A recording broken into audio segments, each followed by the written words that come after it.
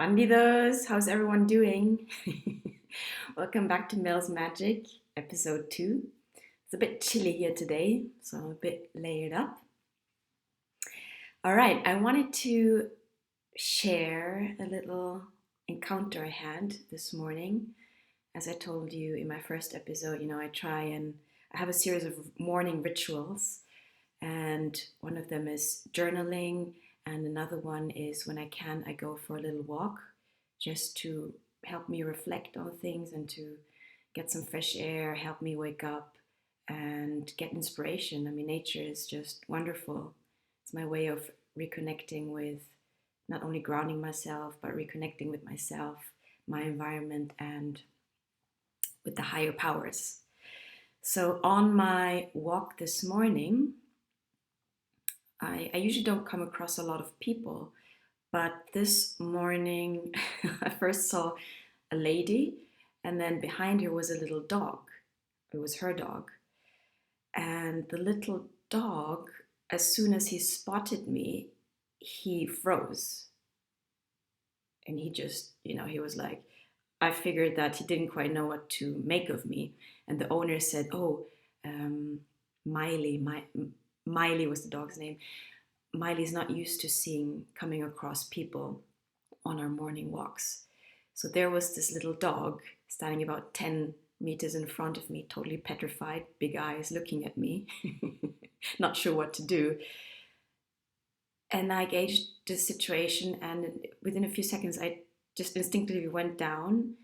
I kind of crouched down, made myself small, and opened my eyes, opened my arms like this, and I started to kind of talk to the dog in a soothing voice. Said, "Hello, how are you? It's okay." And I could see his little tail at first was like this, started to wiggle. I think I didn't come across as intimidating to the dog anymore, and he slowly, started trusting and came towards me. And in the end, I petted her and found out her name and met the owner. And it's one of my neighbors living around in the neighborhood, so I was happy to meet them. But the encounter with this little dog, Miley, struck me. And as I continued my way home, it really made me reflect on things and how I approach life. Because what this encounter taught me or made me realize is how much I am actually in control of my reality. Because at that moment, that initial encounter, it really depended on me, on my reaction, as in, so as to how the dog would react. No, I mean, I could have maybe come across as more aggressive, and he would probably have started barking or backing up, or felt attacked, and I didn't know what the hell. But I just said, well, I want to approach him with openness and love and see what happens. It was very instinctual. And it comes to show that, I helped the little dog to trust me. And so then, the kind of end encounter was a nice one for both of us. And yeah, it really made me smile because it kind of confirmed to myself that the way I approach situations will determine to a large extent the outcome of the situation. So it's my disposition, my openness or closeness, my trust or mistrust, my faith or non-faith, my positivity or negativity that will really influence the situation. And by the situation, I mean it will influence my reality. So it reminded me of this quote by Gandhi, and he says, this is Mahatma Gandhi, your beliefs become your thoughts become your words become your actions become your habits become your values, and your values become your destiny. And that moment really reflected or proved to me that it's absolutely right. And I made me question, well, what are my thoughts and what are my beliefs and what are my values? Because whatever they are, conscious or non-conscious or subconscious, they are creating my reality. So I intend to be as conscious as possible nowadays of the way I approach situations and things, because if I'm not careful, if I'm not self-aware enough, it can lead to outcomes that I did not desire, or that are not for my highest good, or are not in alignment with my true intentions. So, building on this, I'd also like to share something I wrote in my journal recently. And it's a sentence that was a vision. The vision is not enough. It's something that came up in one of my dreams recently, and I wrote it down in my dream journal. A vision is not enough. And I was like, it's meaningful. It seems meaningful, the sentence, but I can't quite figure out the real meaning for me. So it just left it there in a dream journal. But today, due to this experience, it really made more sense to me. So I have a certain vision for myself, certain dreams I want to manifest and live in this lifetime. But I'm realizing now that having those dreams and having that vision is not enough. What is needed is a certain attitude and a certain disposition to help me bring these dreams and goals to life.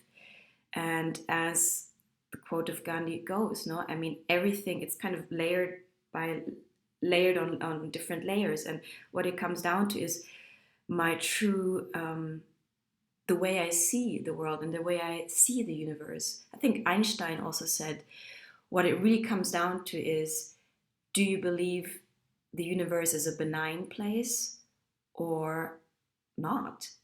And it makes all of a difference how I see life, you know. It's like wearing what set of glasses am I choosing to wear? Because those glasses, whatever filter they have, they will filter the way I see things. They will filter my perspective, and they will influence the outcome of my reality.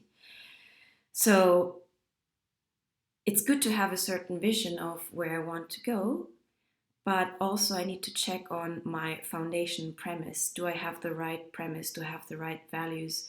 Do I have the right mindset that will lead me or open up that reality, or am I self-sabotaging myself through limiting beliefs or false mindset? Not false mindset, but let's say an inefficient and limiting mindset. And again, one thought led to the next. It reminded me also of the notorious, I know some of you will roll your eyes, the notorious story of the Alchemist by Paulo Coelho, no? But there was this one figure in the Alchemist I thought of today, and it was the shopkeeper. If you remember of the Alchemist, Santiago, the little boy who goes on this journey to find his personal legend, and is like Campbell would say, the hero, you know, going out there into the world. It's like an archetype, looking for your true self, your true purpose, looking for your personal legend. So this boy Santiago, at one point in his story, ends up in this shop, helping this shopkeeper, who is a bit of a jaded figure perhaps, and who in the story reveals that he has really limiting beliefs and a limiting mindset that prevents him from going out there to go and get his dream or make his dream become real, which is a pilgrimage to Mecca. So to the shopkeeper, he is very aware of his vision or his dream, but his attitude, his beliefs, his thoughts, his self-doubt keep him from actually manifesting it. So instead of making a plan and trusting and, as I said, going out there and making it happen, he shuts himself down, he keeps himself back and is cynical about it and just says, well, this is my lot. I am basically scared to make it happen, because what happens after that? It's this ultimate fear of it becoming real, believe it or not, like this fear of success almost, that ultimately keeps the shopkeeper in the store of the alchemist stuck in his current situation. And it's completely self-created. So it reminds me that, it really reminds me to be honest with myself, is, do I want my dreams and my vision to become a reality? And if so, do I have the right thought patterns, beliefs, and values and disposition to make that dream a reality?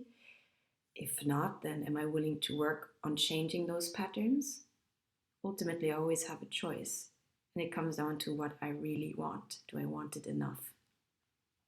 And I'm at the stage in my journey where, as like with the little dog, Miley, I'm trying to approach situations with open arms and trying to trust myself, the other, the stranger, the little dog, and the situation and life in general, that